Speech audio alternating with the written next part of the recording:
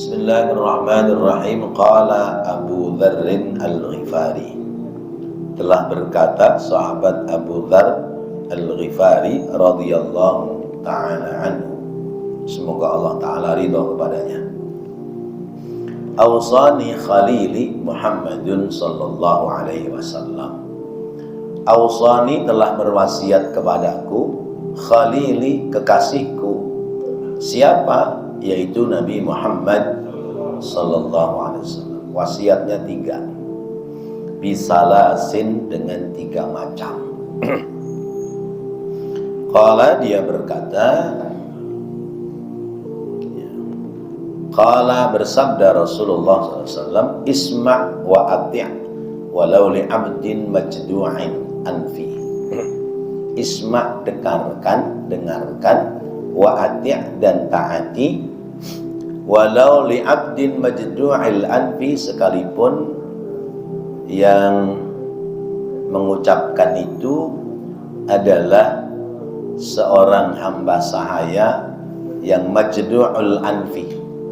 Majdu'ul anfi artinya copot hidungnya, gerumpung ya, atau sumbing. Fa idza sana'ta, maka apabila kamu memasak marokotan sayuran, fa'aksir ma'aha, maka banyak-banyaklah airnya. Summa, kemudian, undur, lihatlah, ila ahli baiti jiranika, kepada penghuni rumah tetangga-tetanggamu.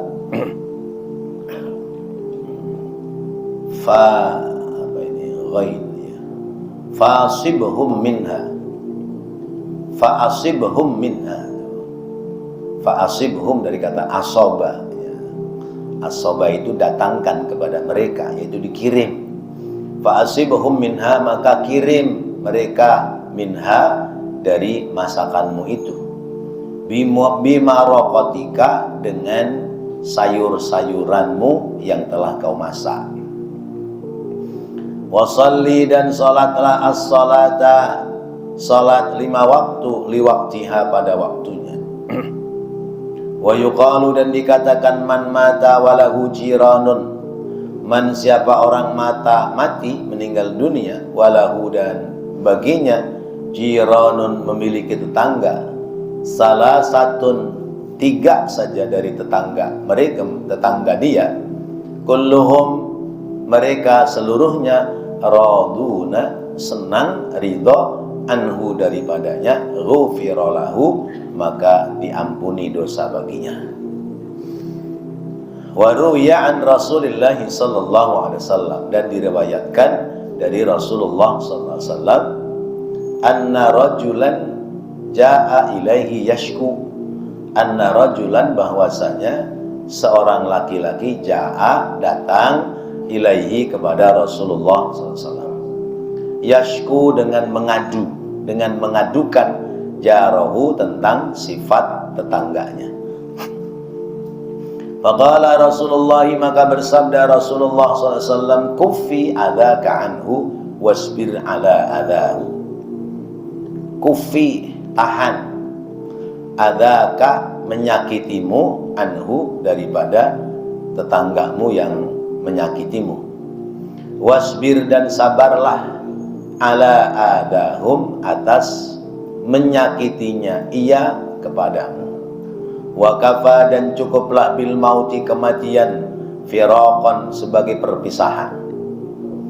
Waqala al-Hasanul Basri, dan berkata Imam Hasan al-Basri, laisa husnul jiwari kaffal adha anil jari, walakin husnul jiwari as-sabru 'alal adza minal jari.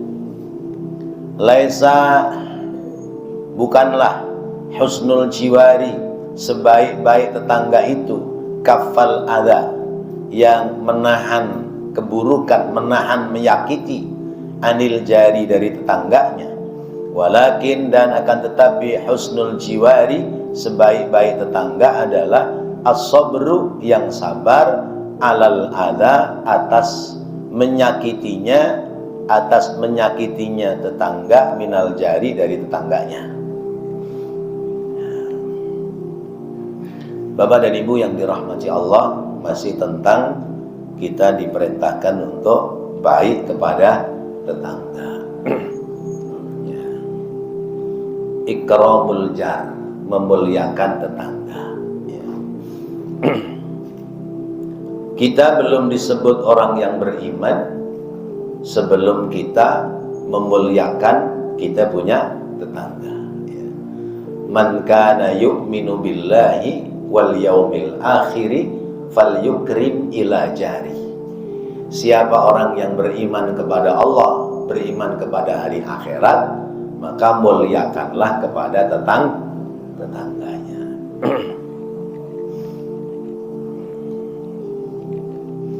Kata sahabat Abu Dzar, Rasulullah pesan 3. Dari 3 itu ada yang terkait dengan masalah bertetangga. Pesan yang pertama, kalau ada orang nasihati kamu, maka dengarkan nasihatnya. Kalau nasihat itu baik, ikuti. Sekalipun yang nasihatin budak hitam yang nggak punya hidung. Udah budak hitam nggak punya hidung. Ya. Artinya sekalipun yang menasehati orang bawahan, orang biasa. Ya.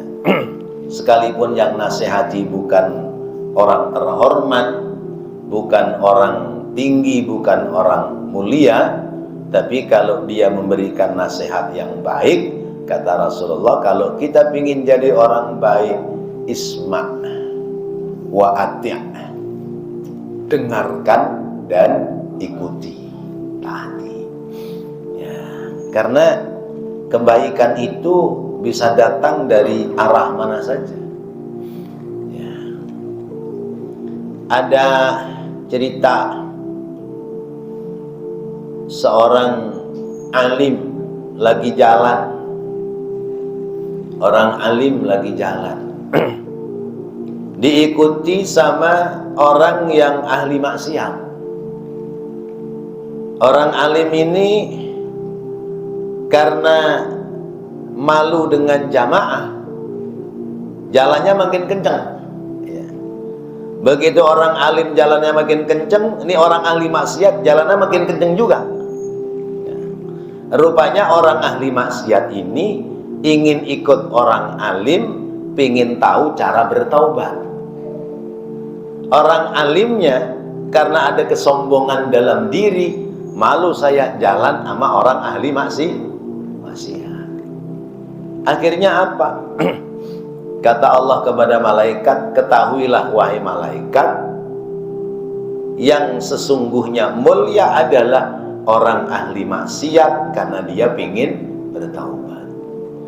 Dan orang yang alim ini karena dia ada rasa malu sebab ada orang yang kotor mengikuti dirinya, maka berarti dia tidak dalam kemuliaan. Nah, kita hidup ini kadang-kadang ngelihatnya zahir. Kita kadang sering melihatnya tataran zahir. Oh, ini orang terhormat, orang baik, orang mulia, pantas kalau nasehatin kita terima nasihatnya. Oh, ini orang biasa, orang kecil, pakai nasehatin kita, siapa lo? Gak boleh. Ya. Karena bisa jadi nilai kebaikan itu muncul justru bukan dari orang-orang yang kita anggap sebagai orang yang mulia. Karena itu tugas kita hormat sama orang lain. Tugas kita hormat sama orang lain. Itu yang pertama. Jadi kalau ada nasihat yang baik, sekalipun itu keluar nasihat dari anak kecil, kita terima. Nasihat baik, sekalipun yang nasihati orang awam, orang biasa, kalau itu sebuah kebaikan, patut kita terima. Nah, orang yang bisa menerima nasihat orang lain, maka dia hidupnya menjadi orang yang bijak. Orang yang bijak. Karena mampu menghargai orang lain. Kalau sudah mampu menghargai orang lain, akan muncul mampu menghargai pendapat orang lain. Tidak sekedar menghargai pendapat dari kelompoknya. Kalau pendapat dari luar kelompoknya dia nggak mau sekalipun baik. Nah, ini bukan sebuah kebaikan. Kita orang pengajian, orang jamaah, kalau ada nasihat baik berangkat dari siapapun, kata Rasulullah, terima. Sebab itu menjadi maslahat, menjadi kebaikan bagi kita. Ya. Yang kedua, pesan Rasulullah kepada sahabat Abu Dzar, kalau istrimu masak, ya, bahasanya di sini idza sona'ta, ya, kalau kamu masak, berarti yang masak orang laki. Nah, umumnya yang masak orang laki apa orang perempuan? Ya, orang perempuan. Padahal tugas masak itu ya, kewajibannya orang laki-laki masak, nyuci, ya, terus kemudian ngepel rumah, itu sesungguhnya tugas suami. Ya, tugas suami. Tapi istri sebagai istri yang baik, kalau disuruh sama suami nurut. Maka kata suami, ya sudah mak, kamu yang bagian nyuci, yang bagian masak, yang bagian ngepel. Kalau nggak nurut, itu istri bisa nuzus namanya. Nuzus. Maka dibutuhkan kerjasama yang baik. Suami kalau bisa bikin kopi sendiri, kenapa kudu bentak-bentak istrinya suruh bikin kopi? Istri kalau tahu pahala bikinin kopi kepada suaminya, nggak usah nunggu diminta suruh bikinin sama suami. Pencakep jadinya. Seorang perempuan membuatkan minum kepada suaminya, mungkin kopi, mungkin teh, mungkin ditambah susu, apalagi susu murni. Itu banallahu lahu baitan fil jannah. Allah buatkan satu rumah di surga gara-gara bikinin kopi, bikinin teh sama suami. Ini kan kalau udah tahu begini kan pinginnya bikinin terus sama suaminya. Ya. Nah, kalau nggak disuruh nggak dibikin. Ya, giliran suami bikin sendiri kesenengan dia. Ah, laki gua bisa bikin sendiri ini, yarin aja. Nggak dapat pahala, Bu. Ya, jadi suami istri itu kudunya rebutan pahala. Jadi kalau kita masak, banyak-banyakin kuahnya. Karena tetangga kanan kirimu yang merasa kebauan masakanmu, dia berhak untuk merasakan apa yang kamu masak. Nah, pada begini apa enggak nih? Iya. Karena orang sekarang jarang masak. Iya. Orang sekarang jarang masak, ya. Seringan beli. Ya. Wah, dimasakin. Beliau mah orang baik, ya. Karena tiap pagi ngasih masakan, ngasih makanan sama orang yang datang sama beliau. Masya Allah. Padahal cuma ditukar sama kertas doang, ya. Ya. Jadi tetanggaan itu begitu, ya. Saling memberi. Pernah saya sampaikan sebuah hadis, tahadu tahabu, ya. Sering-seringlah ngasih hadiah, nanti akan saling mencintai. Bapak unjuk datang ke rumah saya, Pak Ustadz, nomor pecinya berapa sih? Ini misalnya, bukan saya mau minta, bukan. Dikasih alhamdulillah. Nomor peci saya nomor 5. Oh gitu. enggak, saya lagi mau ke pasar Tanabang, mau beli peci sekalian, inget ya pecinya Pak Ustadz. Bismillah dah. Datang. Alhamdulillah ini hadiah. Seneng nggak Pak? Seneng. Ya. Tapi gentian, ya, gentian. Orang itu datang ke rumah saya. Ini kayaknya badannya gedean dia dari saya. Kemarin ada baju yang rada gedean nih. Ntar dulu ya Pak, tungguin. Nih coba sedengin. Pas, alhamdulillah. Udah bawa. Itu namanya saling memberi hadiah. Kayaknya udah jarang ya begini-begini ya. Ya. Ini ngasih contoh aja nih ya. Kebanyakan sih maunya nerima ya, maunya nerima, baginya susah ya, nerimanya iya. Ya, nerimanya iya. Jadi kalau kita masak, bagi itu tetangganya ya, tambahin kuahnya supaya tetangganya ikut merasakan. Itu poin yang kedua. Poin yang ketiga, sholatlah pada waktunya. Sholat pada waktunya itu artinya sholat yang dikerjakan, diupayakan di awal waktu. Apalagi dengan berjamaah. Sholat pada waktunya. Nah ini berat lagi ini. Sholat di awal waktu berjamaah itu berat ya.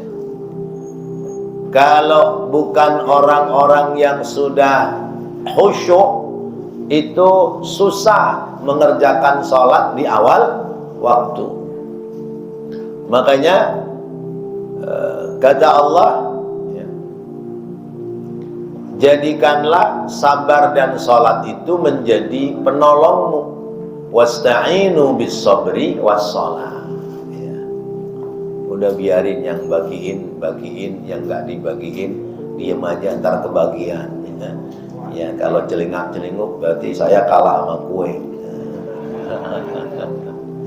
Ya, belah sono Pak, belum Pak ya, pokoknya ya yang kebagian ya alhamdulillah ya, yang nggak kebagian ya tetap kebagian pahala ya.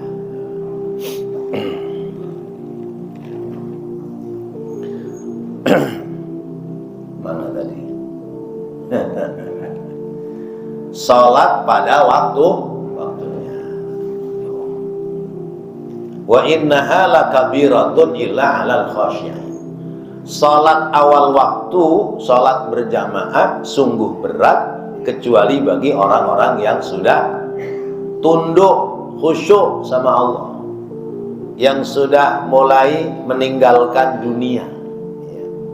Kesibukan dunianya sudah nggak ada, pensiunan ya, terus kemudian ya sudah nggak ada banyak aktivitas itu ya, mondar mandirnya yang pantas ya rumah masjid, masjid rumah, rumah masjid, masjid rumah. Jangan jauh-jauh dari situ, nanti kegoda sama setan ya. Kalau kegoda sama setan repot. Dan lupa sama jalanan rumah masjid.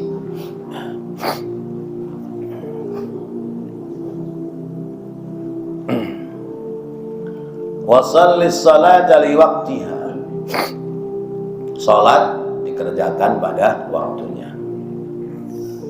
Dikatakan kalau orang itu meninggal dunia, tetangganya ridho ya, tetangganya ridho artinya memaafkan kepada ini tetangga yang meninggal dunia, maka itu penyebab diampuni dosa oleh Allah ya. Ridho beda sama seneng ya.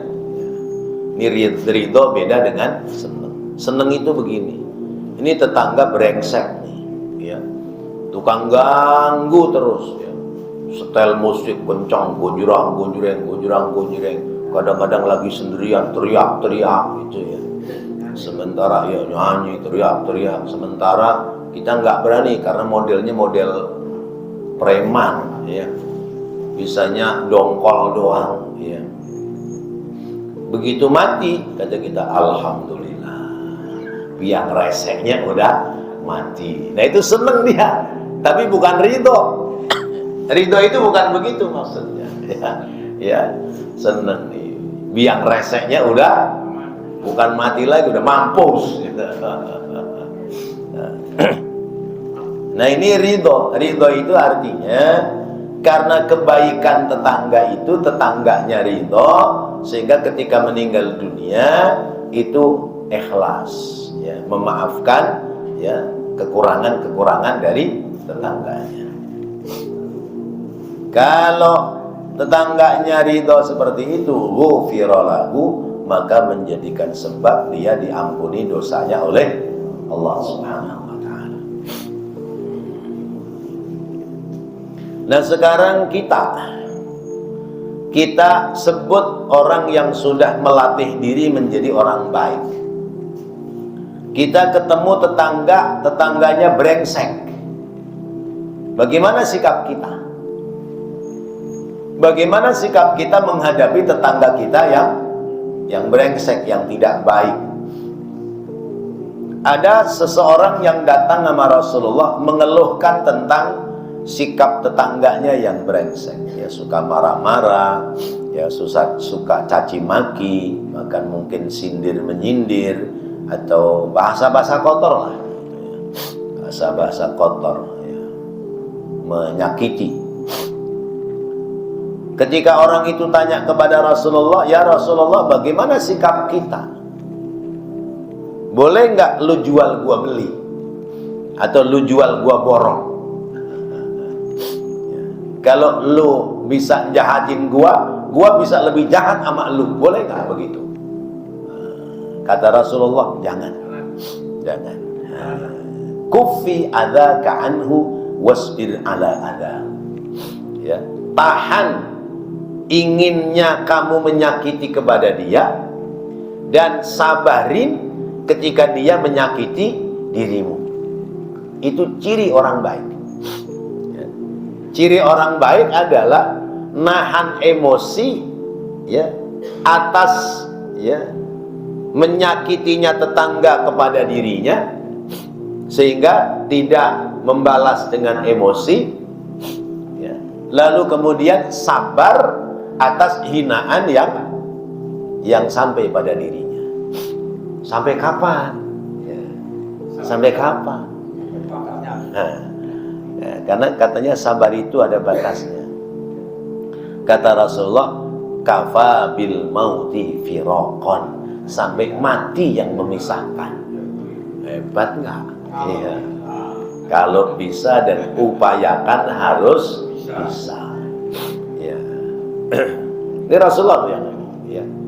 Tahan emosimu kepadanya, sabar atas keburukan dia kepadamu. Sampai kapan? Sampai mati yang memisahkan. Kalau kita yang mati duluan, ya, berarti kita menang karena mendapati pahala sabar. Kalau dia yang mati duluan, berarti kita menang karena kita tidak menyakiti dia. Jadi menang dua-duanya. Nah, inilah yang disebut bahwa ngalah itu tidak kalah. Wong ngalah iku dhuwur wekasane. Orang mengalah itu mulia kedudukannya. Mengalah bukan kalah, ya. Karena apa? Ada bahasa kalau orang gila, ya, dilawan gila, ya sama gilanya. Iya. Ya, yang waras harus ngalah. Nah, itu cara ngademin kita begitu. Ya, dia kan orang gila, gila mau dilawan gila, sama gilanya kita. Yang waras harus ngalah. Bener nggak nih? Bener, kalau ngalah terus diinjek. Iya. Ya. Kalau ngalah terus diinjek kita. Ya. Ya, kembalikan aja sama yang kuasa, ya. Nah, karena kita punya Allah.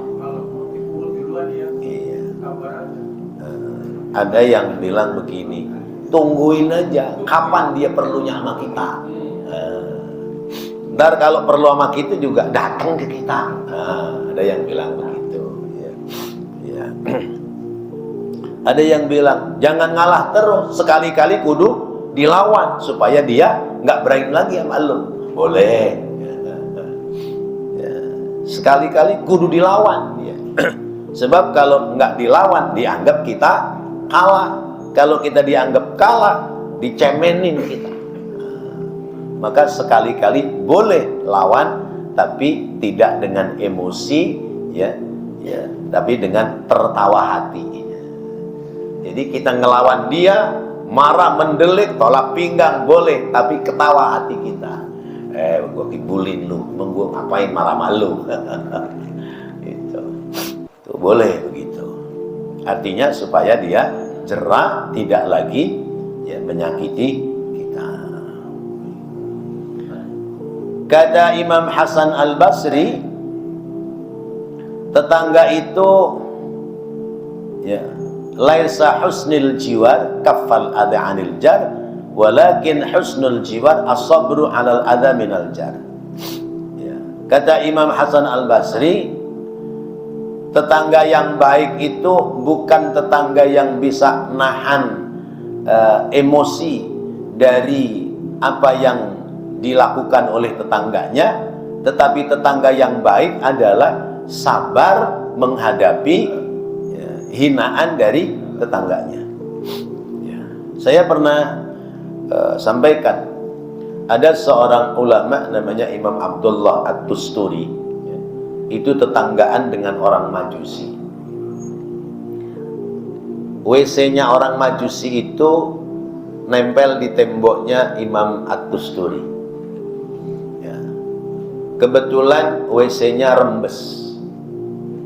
Jadi setiap keluarga Majusi itu buang hajat, itu tumpah.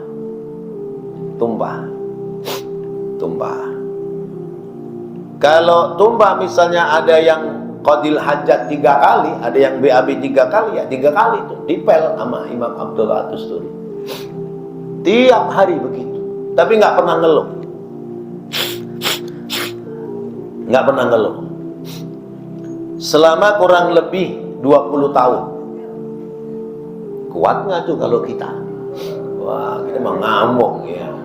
Boro-boro puluhan tahun ya, sehari 2 hari kita ngamuk ya. Begitu Imam Abdullah At-Tusturi wafat, yang di rumah tinggal istrinya yang ya sudah tua juga ya, maka kemudian anaknya mendatangi tetangganya yang Majusi. Permisi Bapak, ini abah saya udah meninggal, tinggal ibu saya sama saudara saya. Kesibukan saudara saya tidak mampu membersihkan sepiteng Bapak yang numpahin ya, ruangan di rumah kami, orang tua kami. Jadi kami dengan berat hati dan terpaksa melaporkan kepada Bapak. Yang bener, iya, yang bener, di Majusi begitu, yang bener. Ya sudah, kalau Bapak nggak percaya silakan lihat. Begitu dilihat memang udah memble itu, ya, iya, udah tumpah. Gitu. Akhirnya didandanin oleh tetangganya yang Majusi. Karena melihat akhlak umat Islam yang begitu indah, maka Majusi itu sekeluarga kemudian masuk Islam. Itu faedahnya ya, akhlak yang baik menjadi tuntunan baik bagi umat, juga menjadi tontonan baik bagi umat yang lain, sehingga umat lain melihat tuntunan yang baik oleh umat Islam, akhirnya menjadi orang Islam. Ini mestinya adab kita, akhlak kita begitu ya. Bukan terhadap tetangga itu, kalau ada yang nggak seneng teriak-teriak dari rumahnya, ya ngomongnya seenaknya, ya yang kasar-kasar keluar, itu bukan sebuah penyelesaian. Bertetanggaan itu ya, kalau ada yang kurang pas ya datang, silaturahim, ajak bicara apa yang menjadi keluhan. Biasanya kan tetanggaan, apalagi rumah tembok satu, biasanya kalau musim hujan bocor, kadang bocor ke sana, kadang bocor kemari. Nah, solusinya bagaimana? Ya bicara yang baik. Nah, gimana ini solusinya ya? Jangan kemudian karena merasa merasa terdolimi, teriak-teriak, doak-doak, itu bukan penyelesaian. Iya, sawarlah bicara dengan baik. Ya. Nah, justru kalau teriak-teriak begitu, yang belah sono nggak terima, jadi tambah ramai. Ya, kayak saya pernah cerita, ya, gara-gara tetangganya pelihara ayam, ya, ayamnya pada nelek di trotoar halaman rumah tetangganya, ya, marah-marah pasang status, tetangganya nggak terima, ya, pasang status juga, nggak puas lewat status, akhirnya maju sama-sama bawa golok gara-gara tai ayam. Masya Allah, ya, ya. Begitu datang ke Pak RT-nya kebingungan, Ustadz gimana nih caranya? Ya udah gampang, potong aja ayamnya, bikin selamatan bareng, beres sudah. Selesai. Kucing ini yang rada repot ya. Kotoran kucing ya. Ya, kalau kucing, kalau ada yang pelihara, yang ngomong sama yang punya peliharaan. Tolong tuh kotorannya ya kemana-mana, belecetan ya, tolong diatur. Kalau udah nggak sanggup ya udah pindahin ya, pindahinnya kemana? Kucing itu biar betah, pindahinnya ke pasar ya, karena di pasar banyak makanan. Jangan di kuburan balik lagi. Ada yang sembrono itu diracun ya, dia beli ayam goreng ya, terus ayam gorengnya ditaburin racun, dimakan tuh kucing. Berapa ekor tuh mati semua tuh. Saya pernah dengar di wilayah kita kejadian begitu. Itu kurang bagus. Ya, bukan kurang bagus lagi, nggak bagus. Ya udah singkirin, pindahin ke tempat yang itu binatang bisa dapat makan. Ya. Ya. Memang ya namanya tetanggaan itu masalah pasti akan ada. Mungkin masalah tembok enggak, masalah kucing enggak, masalah anak. Iya, masalah anak. Kadang-kadang anak pada berantem. Iya. Namanya anak-anak yang salah, yang duluan, yang mana yang benar, yang mana kan kita juga nggak tahu. Ya, ada yang orang tuanya nggak terima, ujung-ujungnya orang tuanya saling mendiamkan. Anaknya udah pada main lagi bareng-bareng, depan susah. Ya. Nah, itulah hidup bertetangga. Pasti ada suka dukanya, ada senengnya, ada juga tidak senengnya. Jangankan ke tetangga, suami istri aja kadang-kadang ada senengnya, ada nggak senengnya. Mustahil kalau seneng terus tuh, mustahil. Pasti ada nggak senengnya. Iya, ayo bapak-bapak kalau udah seminggu ya belum dikasih-kasih, begitu minta kata istri, capek pak, ayo seneng apa seneng? Seneng kita, ya Allah. Jadi memang itulah kehidupan ya, Masya Allah. Tinggal bagaimana kita menyikapinya sehingga tetap endingnya adalah sesuatu yang baik. Hasil akhirnya adalah hal-hal yang baik. Apalagi bertetangga bukan sehari dua hari, tapi tahunan ya, bahkan sampai anak, mungkin malah sampai cucu kita masih pada bertetanggaan. Yang tidak baiknya tutupin ya, yang baik-baiknya baru kita buka. Begitu cara kita. Sudah waktu ya? Masih 4 menit ya, mungkin ada yang mau nambahin silakan ya. Ya.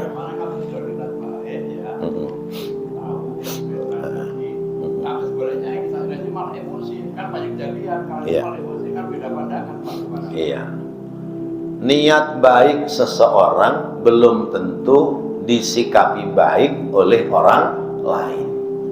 Tetapi sekalipun itu tidak mendapati sikap baik dari orang lain, kebaikan harus terus-menerus disuarakan. Ya, kebaikan itu harus terus-menerus disuarakan. Misalnya di dalam masyarakat kita ada kumpulan-kumpulan RT atau kumpulan-kumpulan yang lain, itu disuarakan terus karena silaturahim itu akan mengandung nilai-nilai kebaikan. Ayo wayahnya kumpul-kumpul arisan, yang sepuh-sepuh itu nyontohin ya. Ayo gitu ya. Kayak saya sendiri kadang kalau malam bulan puasa masih kebagian tugas ronda, ya kita nyontohin aja, jalan ntar yang tua-tua ayo pada ronda bareng itu deh. Jadi memang yang muda-muda butuh contoh dari yang tua. Lepas dia terima atau tidak, ketika kita terus-menerus ngasih contoh yang baik, nanti akan dilihat hasilnya baik. Sekalipun awalnya nggak terima, belakangannya pasti bakal pada terima. Karena kita hidup di masyarakat itu harus saling melekat satu dengan yang lain. Ya, sehingga menghina juga tidak boleh. Ya. Kemudian menyanjung yang berlebihan juga tidak boleh, karena bahaya. Ya. Atau kita menghibah, ya, menghibah dari bagian masyarakat juga nggak boleh. Karena menghibah itu berarti membicarakan kejelekan orang lain. Kalau orang lain itu dengar, maka orang itu sakit hati. Kalau sakit hati, putus tali silaturahim. Akan seperti itu. Jadi tiap orang punya kebaikan masing-masing. Tiap orang juga tidak luput dari keburukan, kekurangan masing-masing. Ayo yang kita sambung, yang kita ikat adalah nilai-nilai kebaikan. Keburukannya jangan di-blow up, jangan disebarluaskan, biarinlah ya, karena semua orang juga ingin menutupi keburukan, kekurangan masing-masing. Jadi seperti itu. Orang kita nasihatin nggak terima, ya biarin urusan dia. Yang penting kalau kita sudah nasihatin, berarti tugas kewajiban kita sudah gugur, sudah kita laksanakan. Baik bapak-bapak, ibu hadirin hadirat rahimakumullah.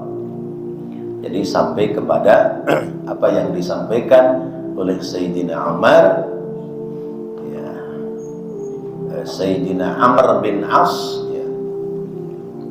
Jadi udah dibaca belum? Oh, Sayyidina Hasan Al-Basri, laisa husnul jiwari kaffal adha 'anil jar, walakin husnul jiwari as-sabru 'alal adha minal jar. Bukanlah tetangga itu orang yang bisa ya ngempet marah atas keburukan tetangganya, ya, tetapi bertetangga itu adalah orang yang sabar atas hinaan dari tetangganya. Jadi tidak sekedar nahan emosi, tapi sabar menghadapi hinaan, ya, hal-hal yang jelek yang muncul dari tetangganya. Kalau sudah seperti itu, nanti orang akan berpikir, iya ya, dia kita sakitin mulu, tapi nggak ada marah-marahnya. Kalau begitu ya percuma ya, saya nyakitin dia, capek sendiri, kan berhenti akhirnya. Ya, iya.